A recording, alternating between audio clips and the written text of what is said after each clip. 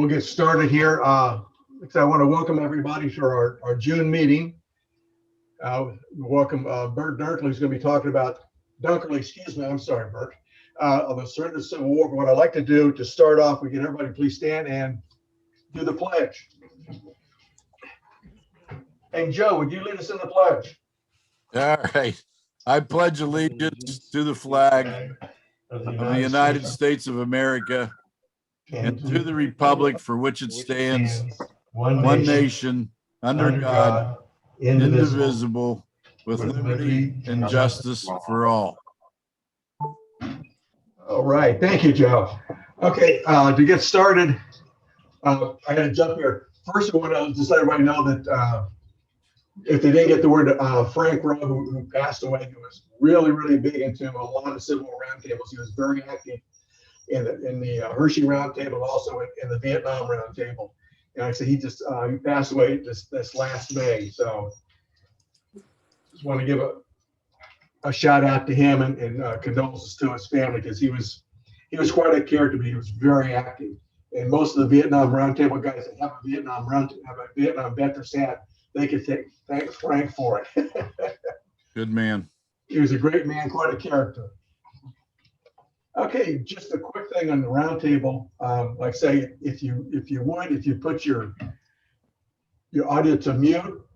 What I'm also going to do just before we start talking, I'm going to mute everybody and then unmute Bert, and then also recommended maybe if you want to take your video off, because remember, whatever you do on video, and the guy in CNN proved it, everybody else will get to see you doing the same thing. And like I said, at the end of the talk, what we could do is have people unmute themselves and ask Bert the question. And what we could do now, I don't have a slide for it, but Steve, if you want to give a quick talk about the field trips, we'll give that to you. Okay, real quick. We have two field trips that are sponsored by both the Hershey and Harrisburg Civil War Roundtables coming up this fall. On September 11th, we're headed to Antietam with Dennis Fry doing his book, Antietam Shadows, Myths and Machinations, I think it's called. Yep. That trip is currently sold out. However, we do have a waiting list.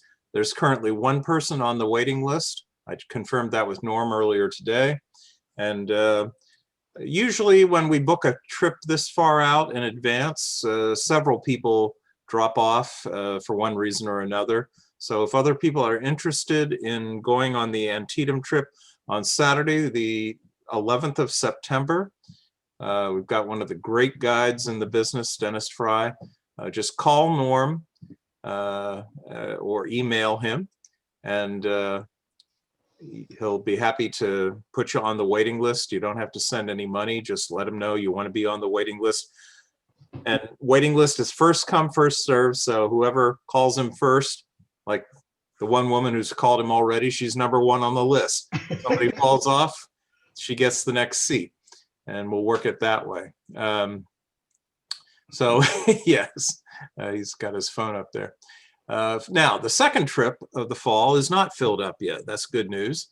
That's a trip to Fredericksburg. Just as Fredericksburg followed Antietam, our field trips are going to be in the same order. That's on Saturday, the 23rd of October. We currently have 38 seats filled. That means we have 17 seats available. So that's real good news for both roundtables. It means it's definitely a go. We're not going to cancel that trip for lack of interest with 38 Absolutely. people already on board as early as, what are we, June now. What that tells you is if you want to go on that trip, now's the time to contact Norm and send in a $25 check to hold your seat. The $70 balance is due 1 month in advance of the trip, so on the 23rd of September. Anything you want to add to that, Norm? You're muted. Not really. You covered it all, I think. Just send me a check, give me a call, whatever, and we'll work it out then. Right. And all the flyers and registration forms are on the Harrisburg Civil War Roundtable website. harrisburgcwrt.org. But again, it's a joint effort between the Hershey and Harrisburg roundtables. If you haven't been on one of our field trips before, they're a lot of fun. And this is where we really put it all together and provide a great learning experience for our membership. Okay, thank you very much, Ricky. Thanks, Steve. That's all I've got. Also, I'll double check with Jim or Webmaster. I do believe that form's also on our website. And just the last bit of information is Frank. Well, there's the flyers. We do have the flyers available. And just as a reminder, those who haven't, the membership, you can also get this form online. And we also have it set up where you can actually pay our membership online. That is set up, and it is it's through the code, so nobody else gets your information. And also, if anybody's looking for sponsors for either for the roundtable or also for students, we are going to have one student with us on the trip. We just don't have their name yet. Okay, so Bert, I'm going to mute everybody. Then I'm going to unmute you, and off you go. All right. Okay, Bert, just can you unmute yourself? Yep. Okay. All right. Well, good evening, everybody. Thank you for having me. And I see we've had a few Harrisburg people sneak in. It's good to see you guys too. Let me get my screen pulled up here, get my slides pulled up. Ricky, could you give me the ability to share my screen? Okay, there we go. Thank you.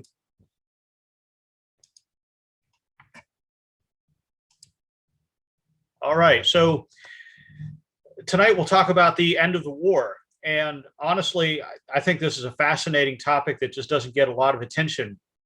Most of us, I would guess, have been to Appomattox.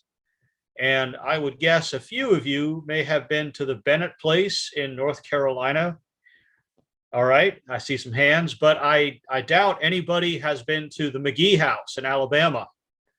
Or, yeah, never heard of that one, right? Or Galveston Bay in Texas. Or how about Dokesville, Oklahoma? I've been to that one. Oh, all right, you get a star. So some of these are pretty obscure, and I'm going to cover the surrenders in the order that they happen and talk about how the war comes to a crashing conclusion. So we'll start out in 1865. Union armies have penetrated all across the South. In Virginia, Union armies are besieging Richmond and Petersburg. And in other places, the Union armies are poised to attack Mobile, Alabama. And they are gathering in New Orleans and Arkansas to make the final pushes into those territories that they have not yet controlled. This map is a little bit busy. I hope it's readable for everybody. It shows a lot of detail, but in early April of 1865, when the Union Army breaks through at Petersburg, this shows the retreat and pursuit of the Confederate Army over to Appomattox. And what happens here is a solid week of marching and fighting. And the armies arrive at Appomattox Courthouse, just a small country village, not pre-planned. That's just where they ended up.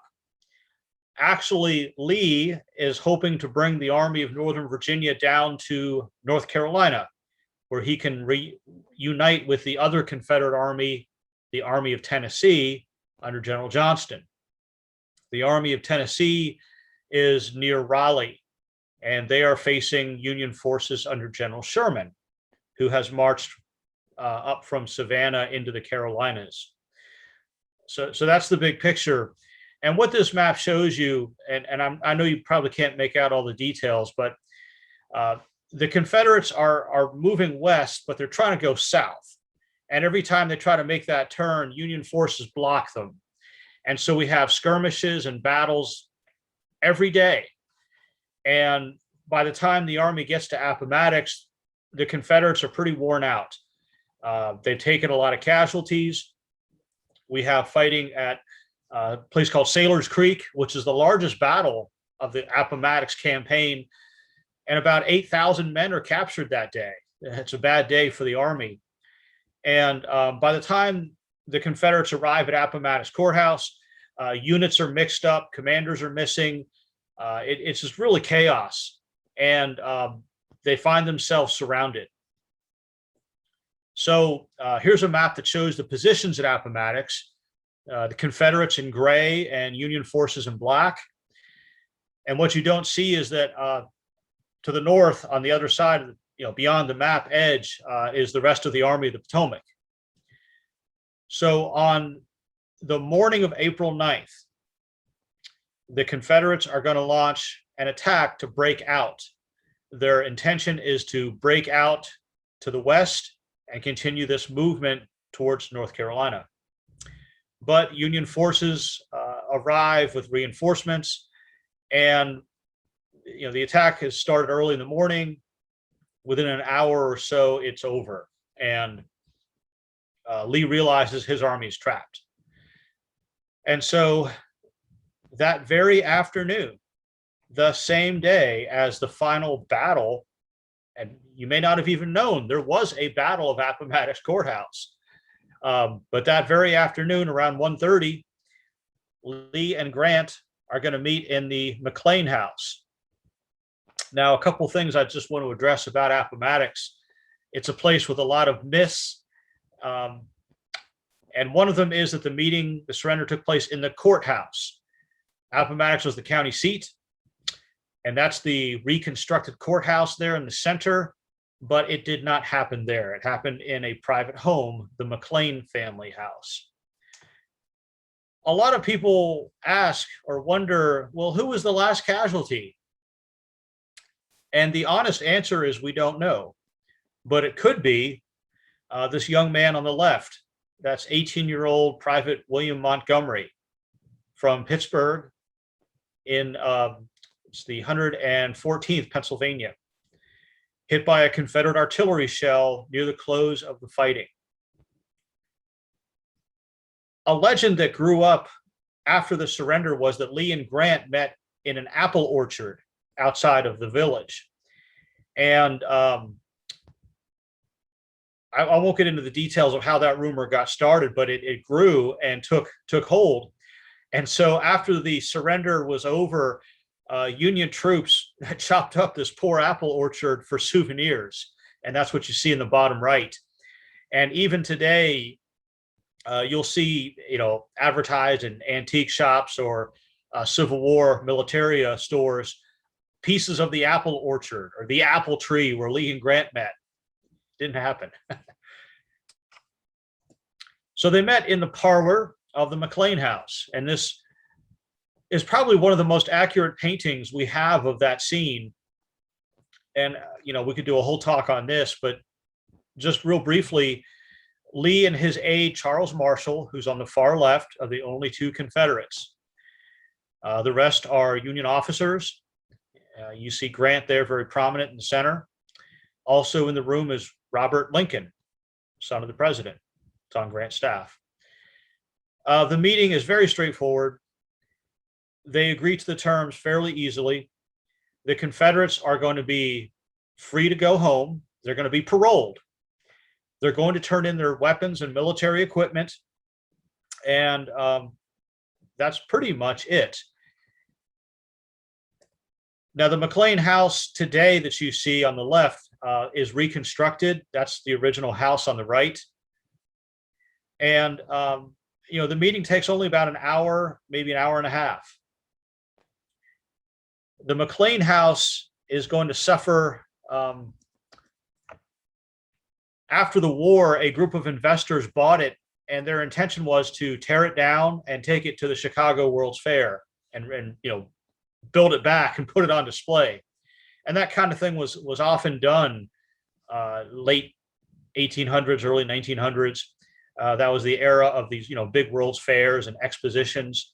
And so the house was torn down, but then the group ran out of money and literally the house sat in a pile of bricks. And it was not until the 1950s that the National Park Service acquired it, and rebuilding it with some of the good bricks that were usable, the house was reconstructed on the exact site, but with a lot of newer materials. But the surrender at Appomattox has a little more complexity to it than that. Here's a couple pictures of the village. That building on the right is the Clover Hill Tavern. And that is where the Union Army will set up printing presses. And you might wonder, well, why does the Army carry printing presses? You know, an army is a bureaucracy. I'm sure some of you who serve can attest to that. And the Army had a printing department because, you know, they've got to print forms and orders and, you know, documents and so on. So the Army printing press went into operation, and overnight from the April 9th into the 10th, they print these parole passes, which you see on the bottom as an example. It's a document, it looks like a check, and it simply says that the soldier has surrendered, he's a paroled prisoner, and he's free to go home and remain undisturbed. And the soldier's officer, the commander, would sign it, and then he would sign it. And this parole was important because, as you may know, or hopefully are catching on with, the war isn't over. The Army of Northern Virginia has surrendered, but the other Confederate armies are still in the field. And so as these paroled men leave Appomattox and go home, depending on where they're going, they might enter areas of active fighting. And so they need some kind of proof to show that they're not a deserter or a spy or whatever. The parole pass does that. Furthermore, Grant stated that the parole pass could be used for transportation on Union military railroads or with the Navy. Now, we've got men from every Confederate state at Appomattox, and the guys who live in, say, Lynchburg don't have far to go. But what about the men who are from Texas or Arkansas or Louisiana?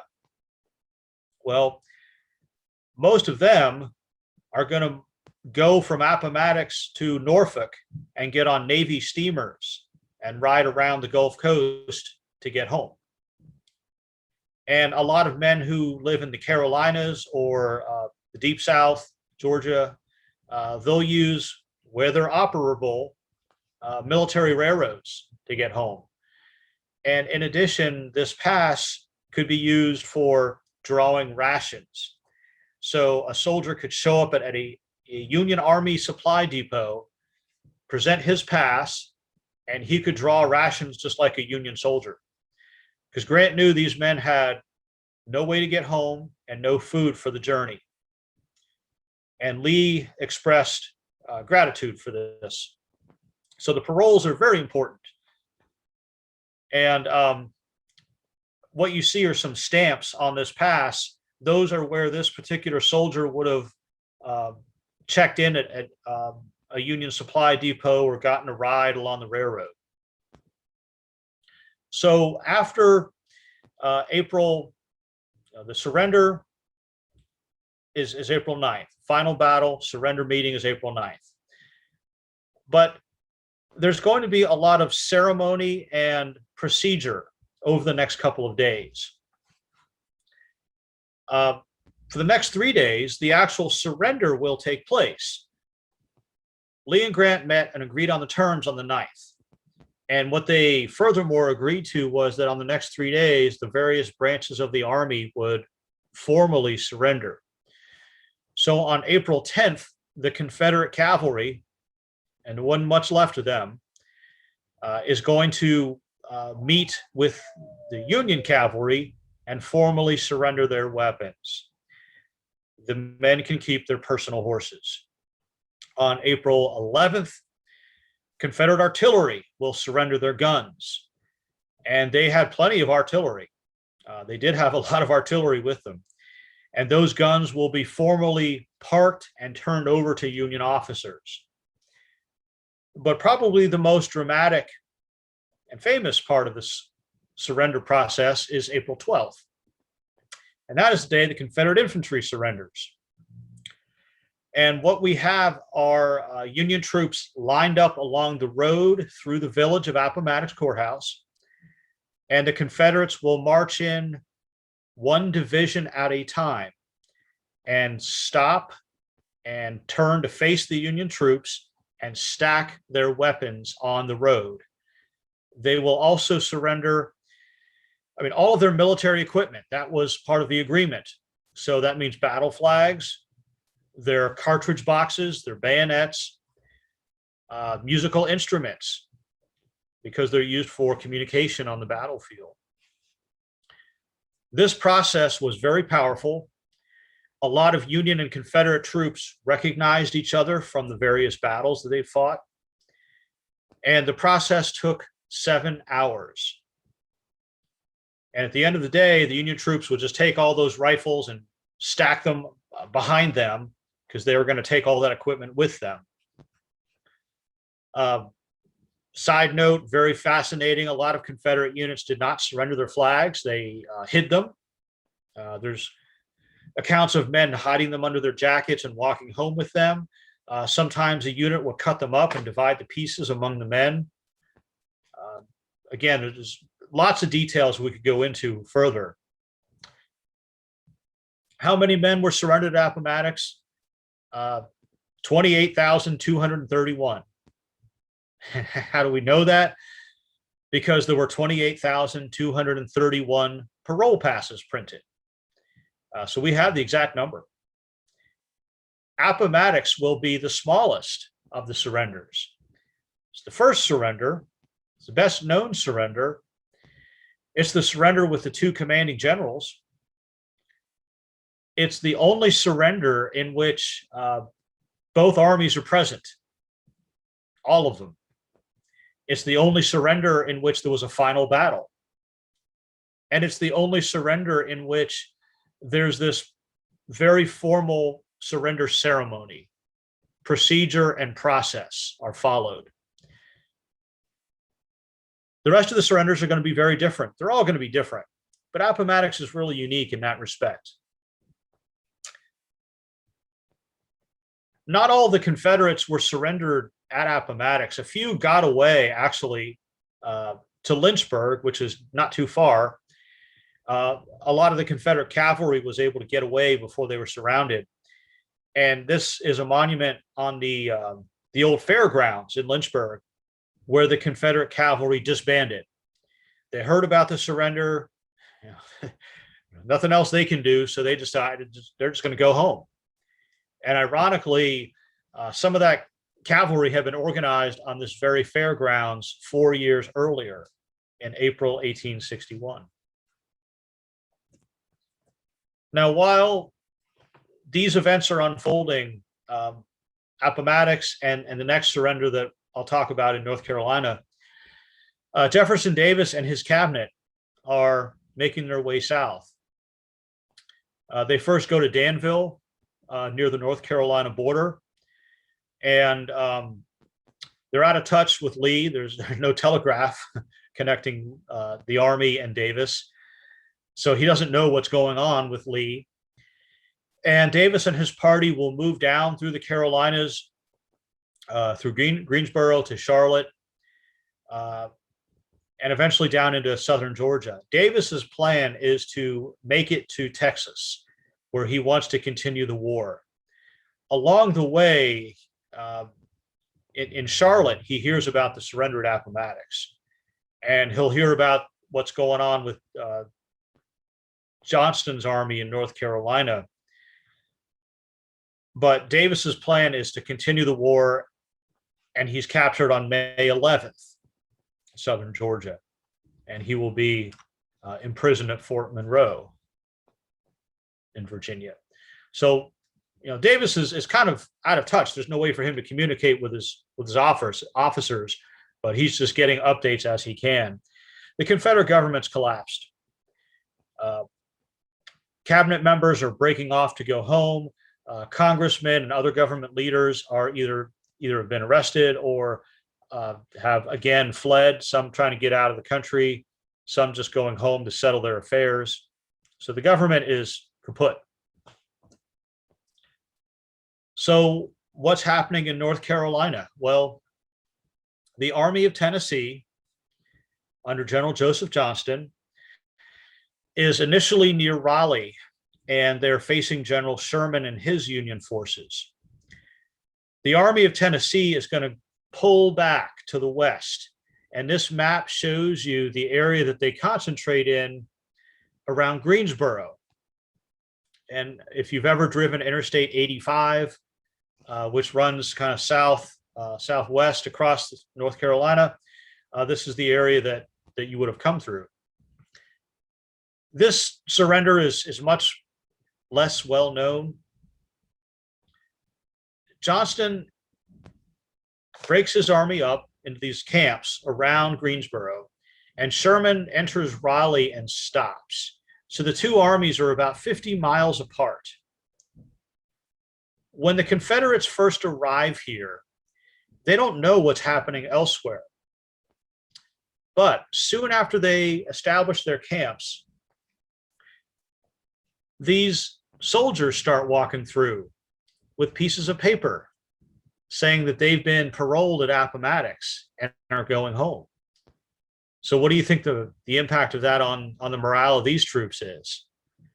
They're still in the field and have to fight. It was actually a pretty devastating week because there were first rumors of Richmond's fall, and then rumors of Lee's surrender, and then all of a sudden those things are confirmed. And then, knowing that there's no way he can resist Sherman's army and then the armies coming down from Virginia, now that Appomattox has happened, Johnston will reach out to Sherman, and the two officers agree to meet in the middle between their lines. And in the meantime, this is downtown Greensboro, which does not have many wartime structures. The downtown has largely been rebuilt, but the Confederate soldiers in the Army of Tennessee are getting restless. They have time to think about their predicament, which is the opposite of what happened with the soldiers from the Army of Northern Virginia. In the Virginia Appomattox campaign, there was a solid week of marching and fighting. There was a final battle on the day of the surrender. There was no time to stop and think about what you were doing and catch your breath. But for the troops in North Carolina, they have nothing but time. And soldiers who are impatient and have a lot of time, that's a recipe for trouble.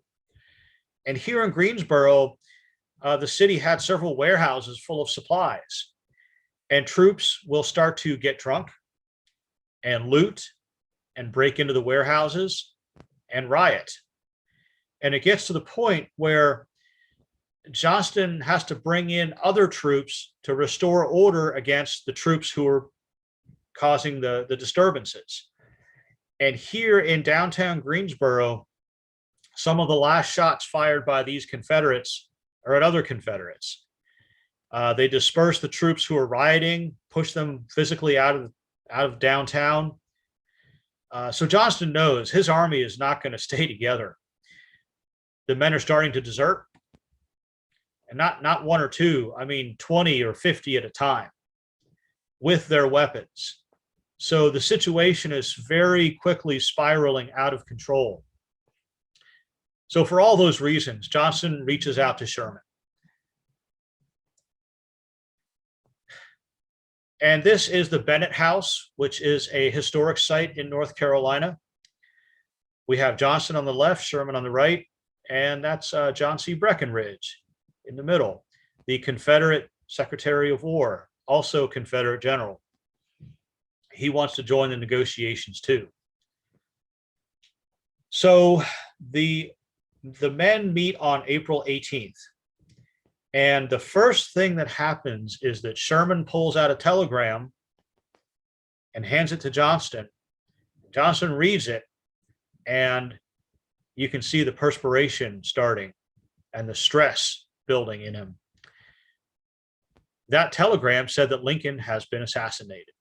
That happened 3 days earlier. Johnson knows that the North is going to be very unwilling to compromise now at this point, and might even be looking for revenge.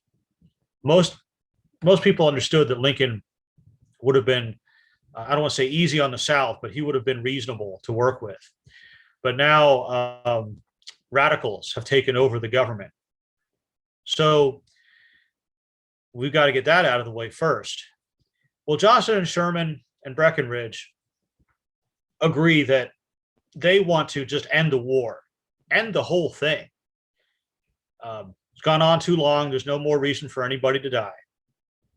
So Johnston and Breckinridge, and remember Breckinridge is a politician, they propose an arrangement by which the Army of Tennessee, the Confederate soldiers, will surrender their weapons and go home, and existing state governments will continue to function, and existing courts will still function.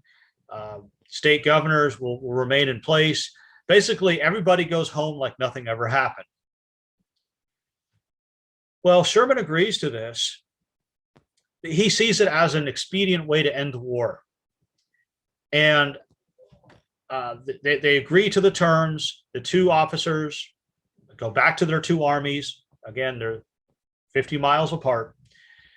And when Sherman sends news of this up to Washington, it is rejected because Congress is in no mood to compromise. And furthermore, Sherman had gone a little bit above his authority in dealing with civilian issues, political issues. He was only allowed to deal with military issues. Well, in the meantime, when Johnson goes back to his army and the news starts to spread about the men going home, they breathe a sigh of relief. But then Sherman has to communicate to Johnston, hey, sorry, this ceasefire we've agreed to is going to end, and the terms have been rejected. And so now the word gets back out to the Confederate troops who thought they were free and going home. Now they hear that the war is back on, and utter disintegration. Some Confederates write about whole regiments refusing to obey their officers, whole regiments marching out of camp with their weapons, on the verge of mutiny in some cases, pillaging civilians, getting drunk, all that stuff. So Johnson realizes that he's got to act fast. His army is disintegrating into a mob. So he reaches out to Sherman, and the two men agree to meet again at the Bennett farm. And on the 26th of April, they agree to identical terms as Appomattox. The Confederates will surrender their weapons. They'll be paroled with passes. They'll get to go home. Nothing about state governments, nothing about, civil rights or anything like that.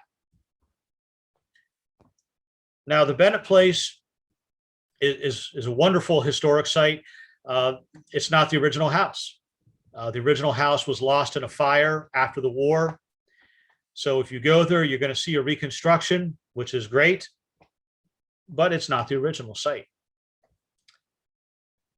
In downtown Greensboro, near where Johnston's headquarters was, is this monument. And I like this monument because it talks about the Army of Tennessee. This is the army that fought in all the great Western battles: Shiloh, Stones River, Chickamauga, Atlanta, Franklin, Nashville. And it ends its career in North Carolina in a surrender that's pretty obscure today. So just to expand on this, Johnston isn't only surrendering the Army of Tennessee, he actually commands a department. And his department is the Carolinas, Georgia, and Florida. The Army of Tennessee had about 40,000 men, but the number of men in the whole department is about 89,000. Those are troops in garrisons and other towns, small military forces in those other states, altogether 89,000 men. So the Bennett surrender, North Carolina surrender, is the largest troop surrender of the war. It also took 2 meetings to get it done.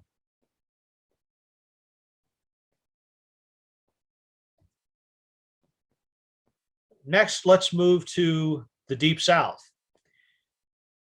In early April 1865, Union and Confederate forces are outside of Mobile, at the very bottom of the map on the Gulf Coast. The Confederates have fortified Mobile. Union troops are going to attack it. The Confederates in this department, and it's the Department of Alabama, Mississippi, and East Louisiana. General Richard Taylor on the left, and General Edward Canby on the right commands the Union forces, which include several corps of infantry, 14th, 15th, 16th. Ironically, the Union troops attack Mobile on April 9th. Well, you know what's happening in Virginia on April 9th. The Confederates will pull out of Mobile, and they'll move their army up to Meridian, Mississippi, which you see on the left side of the map. It's over 100 miles from Mobile, but they pull back that far to stay out of striking distance. And Union forces enter Mobile, and they prepare to push further inland.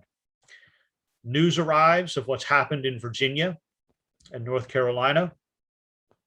Richard Taylor is certainly cognizant of the fact that he can't keep fighting with all these other armies poised to march against him. All the Union troops that are elsewhere are now freed up. So he will reach out to Canby, and they will agree to meet in the middle between their 2 forces to discuss arrangements. The meeting takes place on April 29th, and it's going to be at a private home called the Mclean House. And if you look at the lower part of the map here, it's just north of Mobile on the railroad line. That railroad line is gone, but it's the right-of-way is still there. And talk about a contrast. Canby and his staff came north from Mobile on a railroad. Canby brought a brass band. He brought rations, a lot of food, big production. Taylor and his staff come down from Meridian on one of those railroad, push cars. So quite a contrast there. They will meet and use the home of Jacob McGee. It's just a private home that happened to be nearby. And they sat down in the parlor and discussed the surrender terms for this department, April 29th. This is the only original house or structure associated with the Civil War surrender. It's still there. And those are the original chairs and table. I got to sit in them. So the original house in the original location with the original furniture. It's privately owned. I had permission to go and see it. The meeting goes very quickly. Same general idea as the other surrenders. The Confederates will turn over their weapons. They will get parole passes. They'll be free to go home. And at that point, the champagne pops. And Taylor says that's the most pleasant sounding pops I've heard in a while. The 2 officers and their staffs will depart, go back their separate ways. But news of the rejection of Sherman's terms will come down from Washington. And the Secretary of War has instructed all commanders that they cannot negotiate with Confederates for the moment. And any agreements are null and void. And this is, again, in the wake of Lincoln's assassination. So again, Canby will have to reach out to Taylor and tell him, I'm sorry, the agreement's off. Now, the Confederates gathered around Meridian, Mississippi. Again, they start to desert. There's a lot of tension, frustration in the ranks. They're waiting around. They don't know what for. They've heard about these other surrenders. Taylor reaches out to Canby and says, can we meet again? Can we make another arrangement? And they will. This time for whatever reason, they meet under a giant oak tree at a town called Citronelle, which is just a little bit north of the McGee House, still between the lines, May 4th. And Taylor will surrender the Department of Alabama, Mississippi, and East Louisiana, 42,000 troops. This surrender took 2 meetings in 2 different places to get it done. And this one also is the only one that will address naval forces, because there were still several Confederate gunships or ironclads in Mobile Bay. They'd sort of moved out of range of the Union Navy, but they were still there. And the surrender terms here will go into detail about those warships lowering their flags, steaming down, and turning over their ships to the Union Navy. Today, the site of the oak tree's gone, was lost in a hurricane, but there's a little public park here in the town of Citronelle. Now, part of the command under General Taylor was Nathan Bedford Forrest and his cavalry. And Forrest is under his command. He is included in this, but Forrest still felt he had to do his own thing. And the Confederate cavalry was well to the north in northern Alabama. And there's a monument here for where Forrest disbands his cavalry. They're not going to bother with parole passes. They're not going to formally turn over weapons and go through all that. They're just going to go home. And Forrest will give his farewell address to his cavalry here.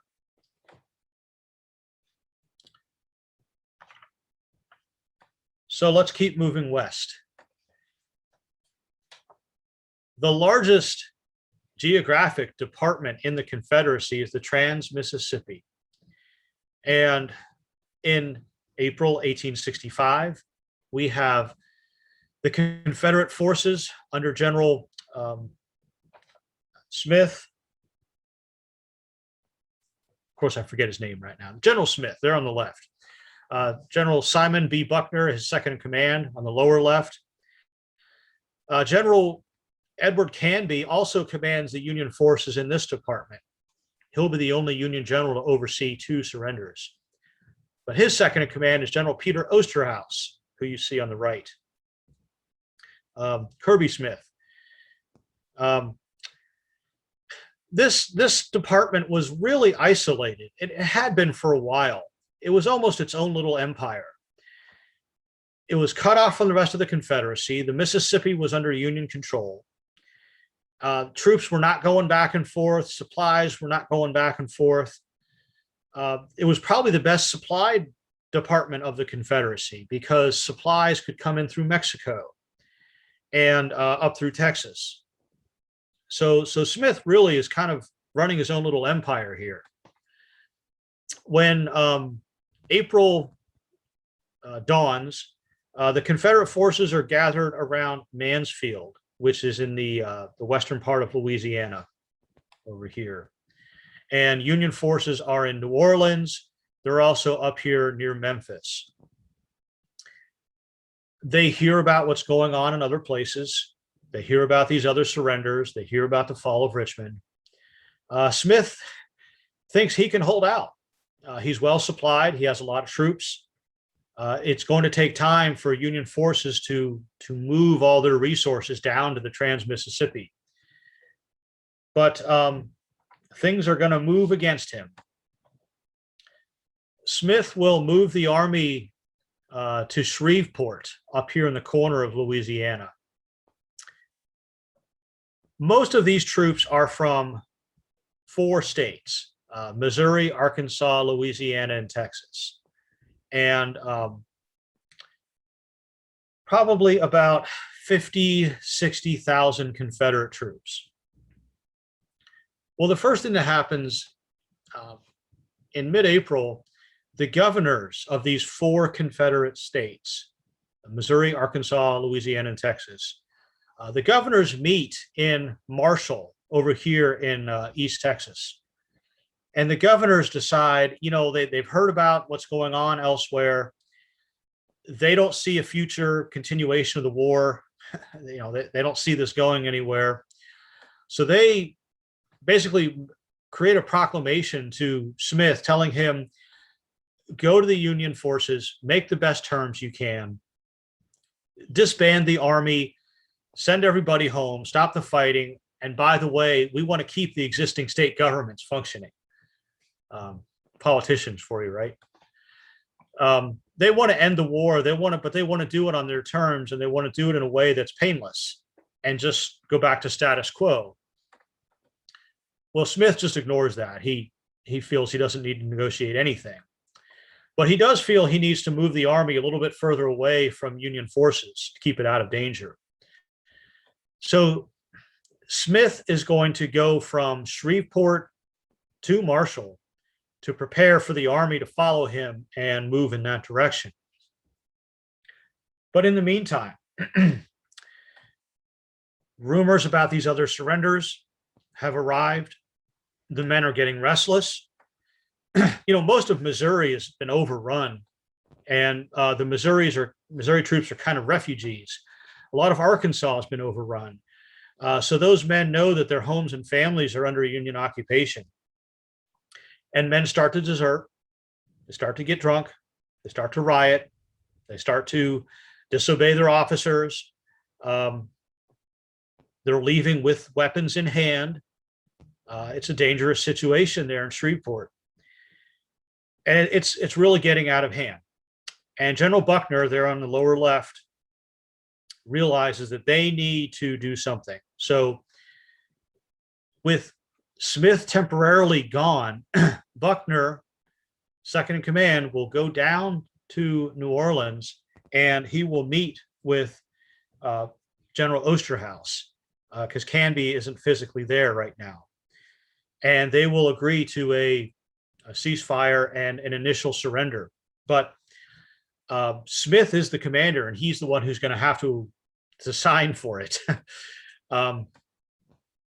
Well, when Smith arrives in Marshall, he hears about what's happened, and he's not happy about it.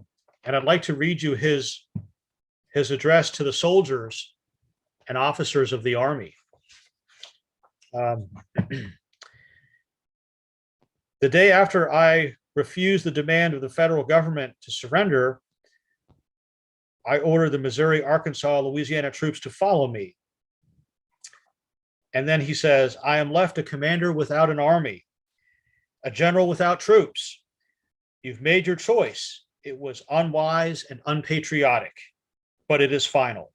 And he just goes on to sort of criticize the officers and the men of the army. Very much different spirit from the final address of Robert E. Lee, if you're familiar with that, at Appomattox. Well,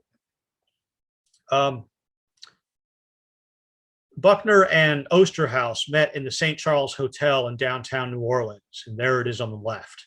Today it's a parking lot.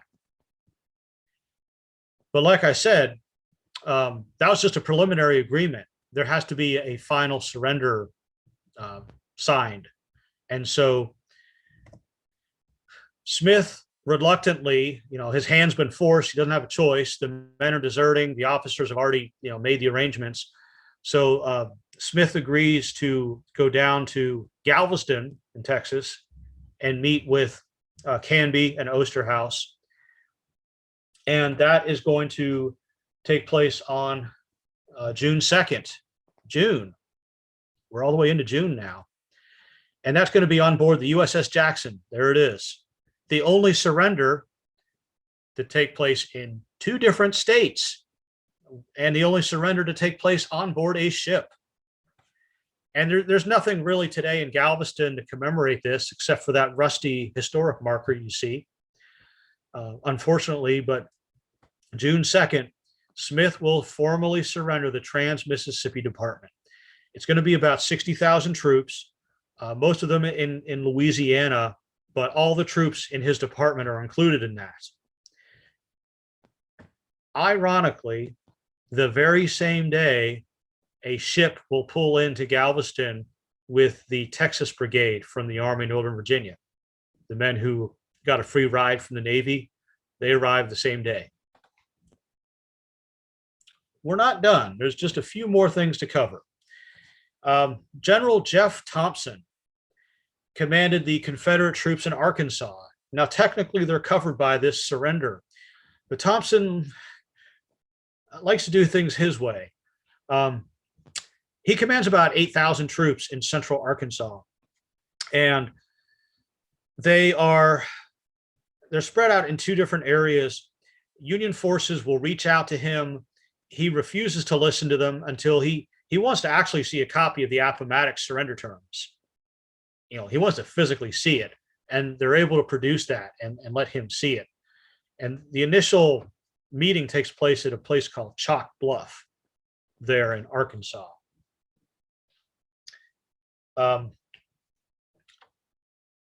Thompson agrees that, yes, I can see the war is ending. I'll surrender my command.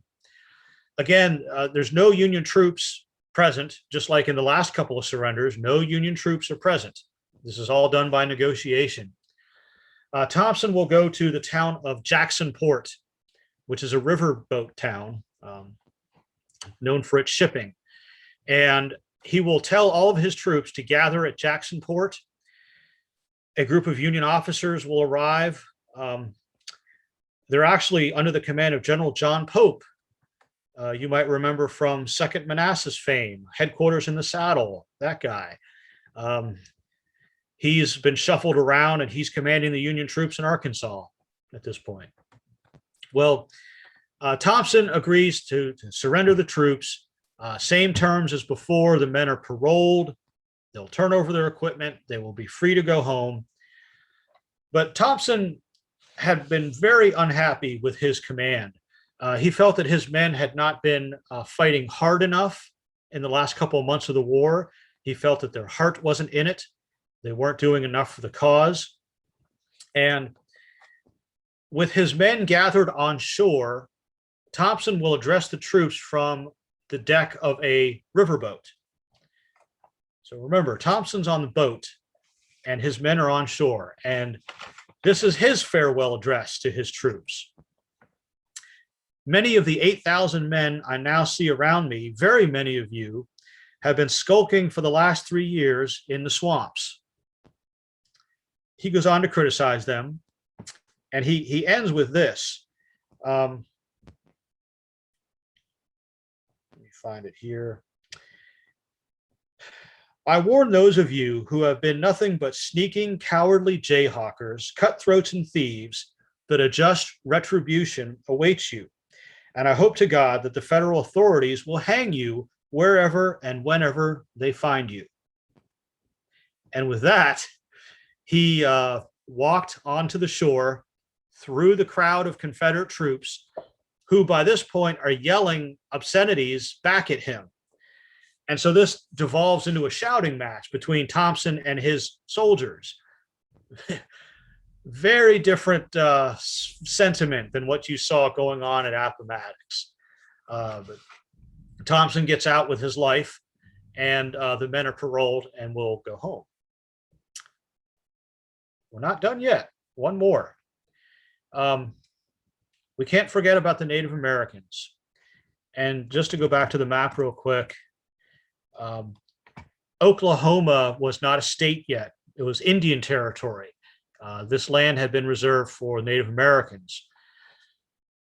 Over the course of the war, some sided with the Union, most sided with the Confederacy, because they already knew what kind of treatment they'd get from the federal government. as the war went along, some switched sides, but as things wind down, a lot of the Confederate Native Americans are gathered around Dokesville, Fort Townsend, which is down here near the Texas border. And Union forces are going to close in on them in that area. So one important point to remember is the Native Americans saw themselves as independent nations. So they each signed treaties with the Confederate government, treaties of friendship, just like two nations would sign a diplomatic treaty.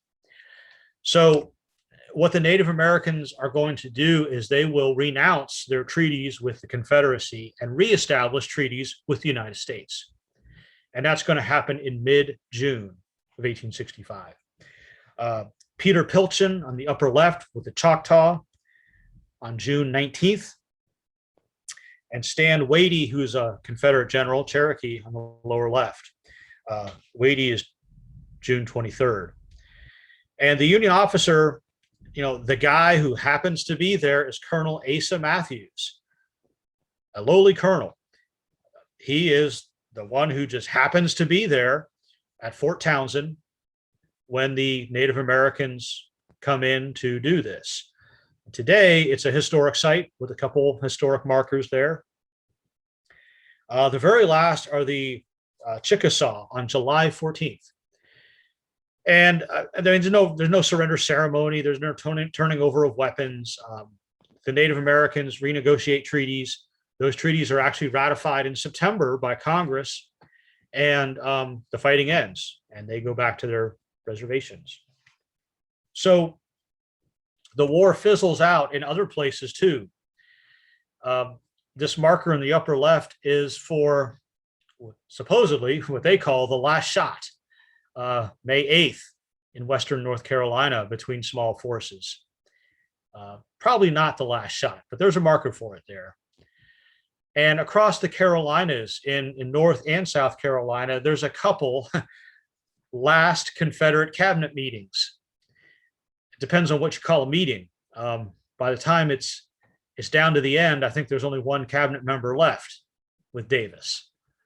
But there were a couple meetings as they moved down through the Carolinas, and so there's historic markers to talk about that. So this one on the lower right is near Charlotte.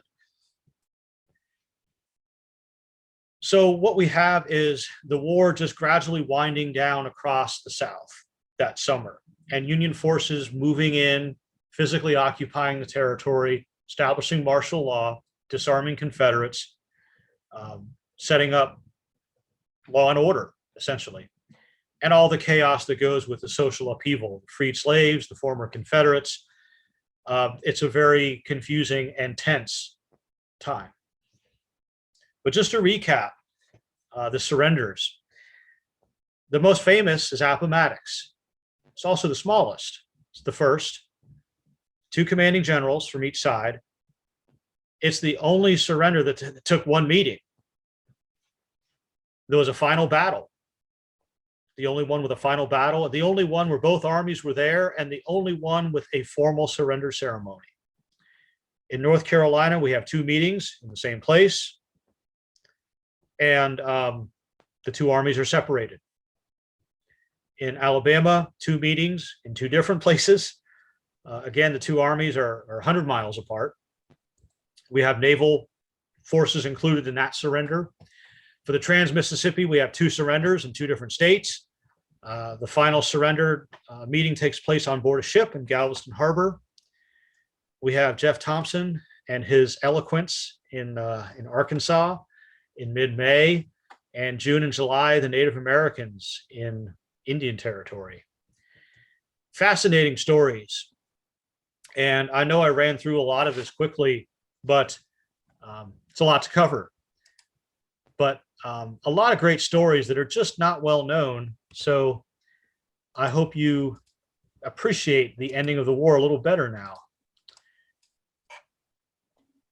At this point, we can go to questions, and I'll open up the chat box to see if anybody has anything.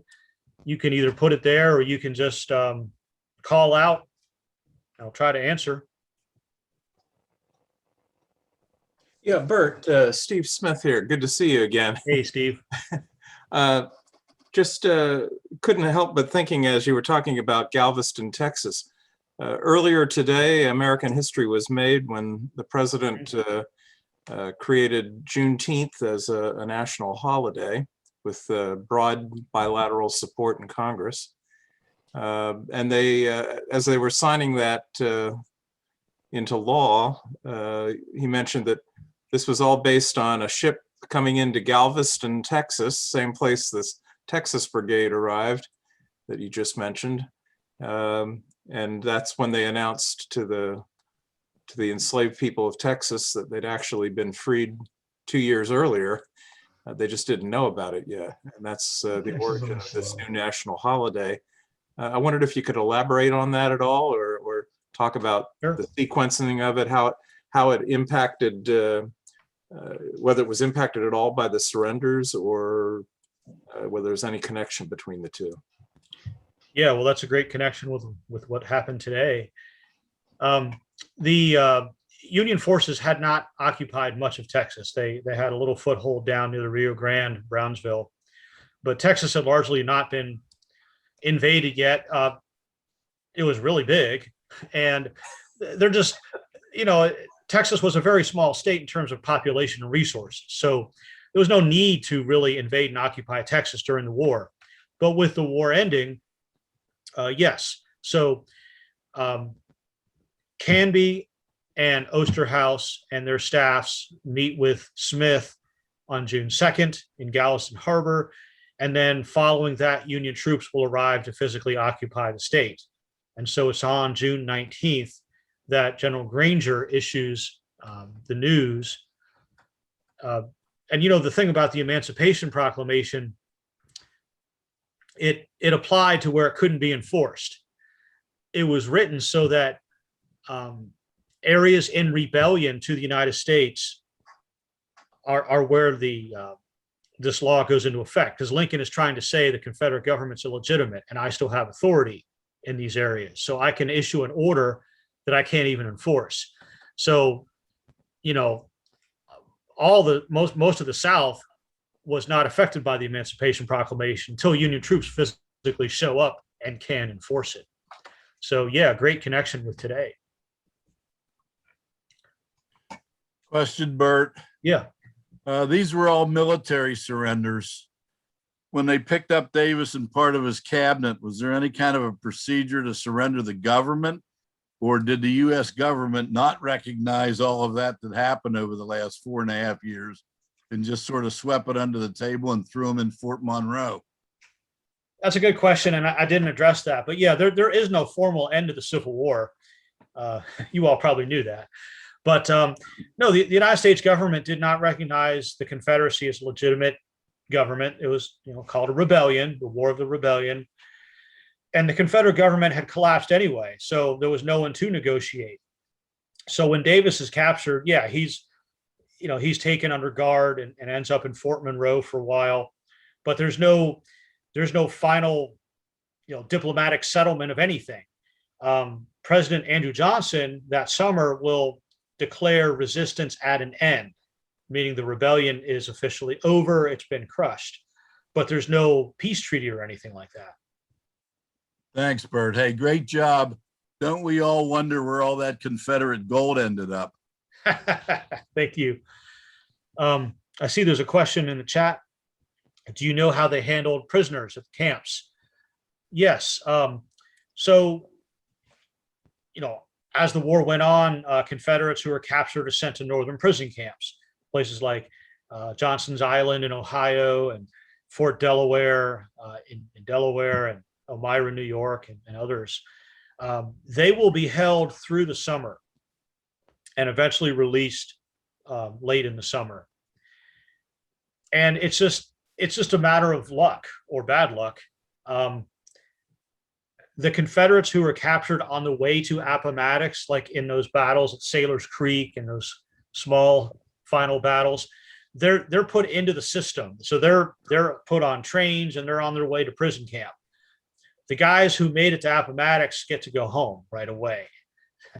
But yeah, by the end of the summer, they're all going to be released.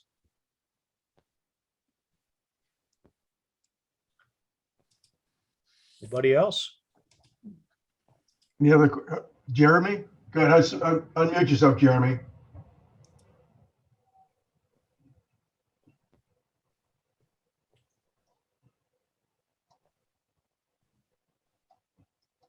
Hang on, he's. If you ask me, I couldn't figure it out. So. Lower left-hand corner of your screen, Jeremy.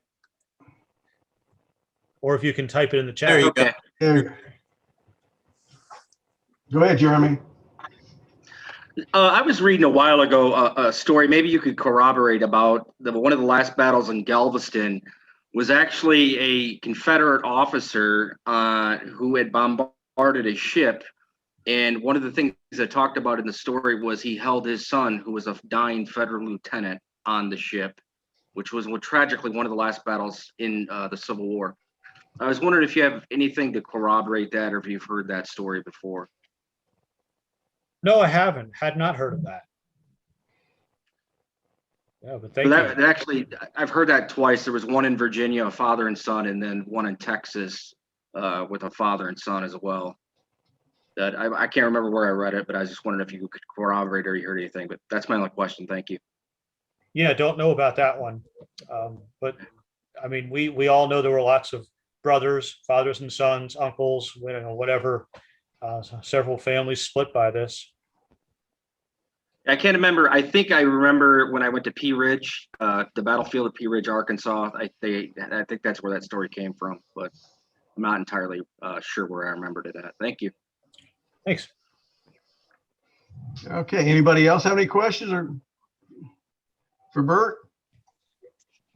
Okay, Yeah. I've got a follow-up if you don't mind. I was looking at a book earlier today published by University of North Carolina Press called Raising the White Flag. And it basically, the premise of the book was that there were a lot more surrenders of troops. We're not talking about surrender at the end of the war, but just surrenders throughout the war in the American Civil War than in any other war in history. It happened with incredible regularity. My own great-great-grandfather was surrendered at 2nd Winchester. So we talked about that last Friday night. So it does strike kind of close to home. I wondered if you had if you can corroborate that or have any thoughts on the prevalence of surrender as a military expedient, I guess, during the Civil War. Sure. Yeah, as armies move around and capture territory and towns and then maybe withdraw, garrisons are surrendered. Harper's Ferry, Winchester, those places changed hands lots of times. After every major battle, you have prisoners taken. You have the big ones like Fort Donelson at the start of the war, Vicksburg. So yeah, there's surrender, and both sides aren't ready for a prison system, just like they're not ready for anything when the war escalates. So they have to improvise and establish prisons and a way to process and move people and take care of them. Both sides fail at that pretty miserably. They develop prisoner exchange systems that breaks down. One of the main ways it breaks down is the Confederates' refusal to treat African-American soldiers as soldiers. They will treat them as runaway slaves. And Grant says, well, that's it then. Of course, he's happy to do it because exchanging prisoners only helps the weaker guy. And that's harsh, but it's true. And so the prisoner exchange breaks down by 1864. So it's not something I've looked into in a great detail, but yeah, I mean, there are always prisoners being taken between cavalry raids and major battles and armies moving through and conquering and scooping up prisoners with them. So there's always prisoners being moved around and having to be dealt with. It's a part of the war that I guess we just don't think about much. You mentioned Fort Donelson. I think that's where Grant gave new meaning to the first two initials of his name. Yes. Unconditional surrender, Grant. Yeah. Is there I mean, when you look back at all these surrenders you just described to us this evening that ended the war, would you consider that unconditional surrender or conditional?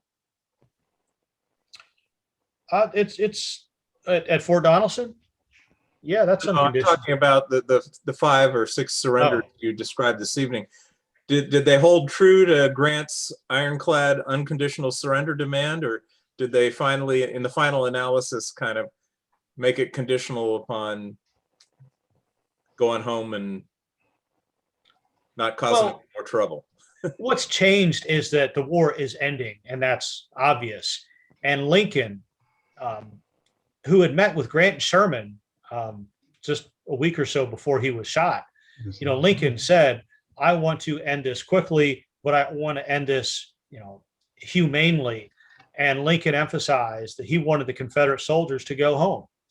So he didn't want to fill up the prison camps. He didn't want everybody to be sent to a prison camp. He didn't want trials. He didn't want all that kind of stuff.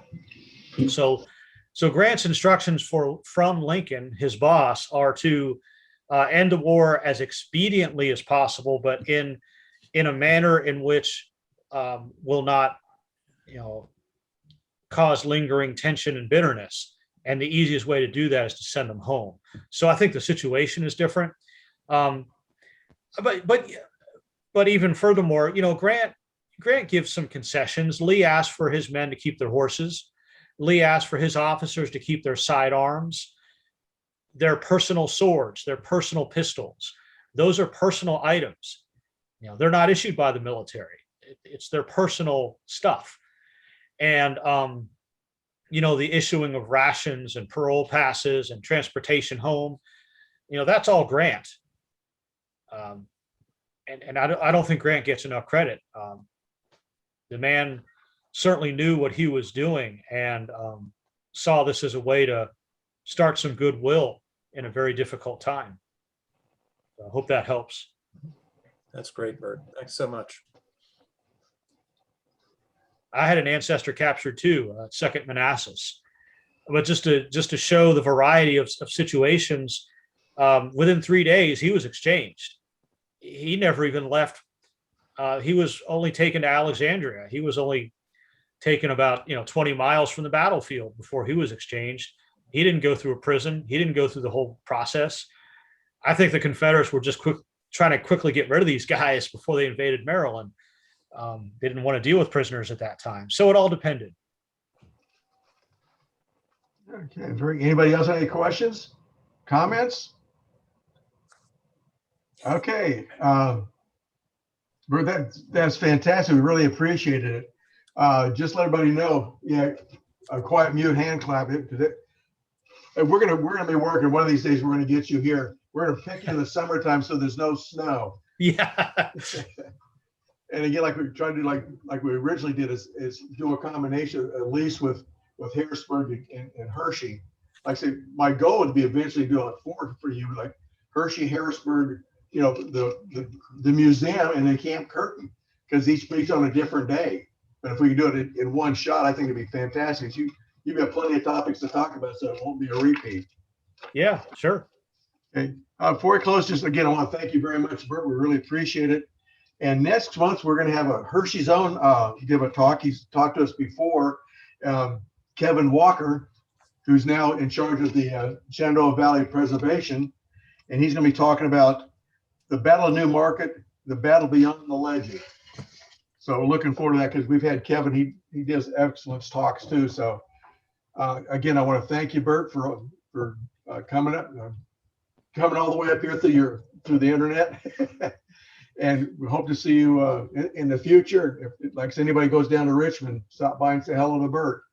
With that, I'll sign off and thanks everybody. And don't forget, sign up for the field trip or put your name on the list. Thank you, everybody. Good night. Good night, Alan. Great job. Thank you. Great job. Absolutely.